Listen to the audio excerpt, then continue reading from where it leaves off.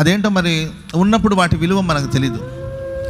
ఆమె ఆ శక్తి ఉన్నప్పుడు ఆ శక్తి విలువ మనకు తెలీదు. అభిషేకం ఉన్నప్పుడు అభిషేకపు విలువ మనకు తెలీదు. ఆలయం ఉన్నప్పుడు ఆలయపు విలువ మనకు తెలియదు. దైవ సేవకులు దేవుడు మనకి ఇచ్చినప్పుడు ఆ సేవకుల విలువ మనకు తెలియదు. ప్రేమించే మనుషుల దేవుడు మనకి ఇచ్చినప్పుడు వారి ప్రేమ విలువ మనకు తెలియదు. మనల్ని పరామర్శించే వాళ్ళు ఉన్నప్పుడు ఆ పరామర్శించే వాళ్ళ విలువ మనకు తెలియదు. తల్లిదండ్రులు మనతో ఉన్నప్పుడు ఆ తల్లిదండ్రుల విలువ మనకు తెలియదు. నేను ఇప్పటికి కూడా అండి, ఎప్పుడైనా సమయం వస్తే మా నాన్నగారు గుర్తుకొస్తే నేను ఖచ్చితంగా ఆలోచిస్తూ ఉంటాను. నా విషయంలో మా నాన్నగారు అనుకోండి, వీడు ఎట్ట బతుకుతాడో ఈడెట్లో అని ఆలోచిస్తుండేవాడు. నేను ఇప్పుడు అనుకుంటూ ఉంటాను, మా నాన్నగారు ప్రభు సన్నిధికి వెళ్ళి దాదాపు 25 సంవత్సరాలు అయింది.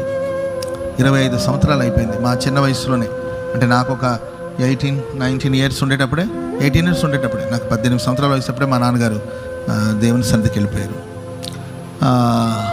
కానీ నేను ఎప్పుడు అనుకుంటూ ఉంటాను, ఈరోజు దేవుడు నన్ను ఆశీర్వదించి వేవేల ప్రజలకు ఆశీర్వాదకరంగా మార్చి, ఒక కాపరిగా, ఒక సేవకుడుగా, ప్రజలకి ప్రార్థన చేసేవాడుగా ఒక మంచి స్థితిలో ప్రభు నన్ను ఉంచాడు.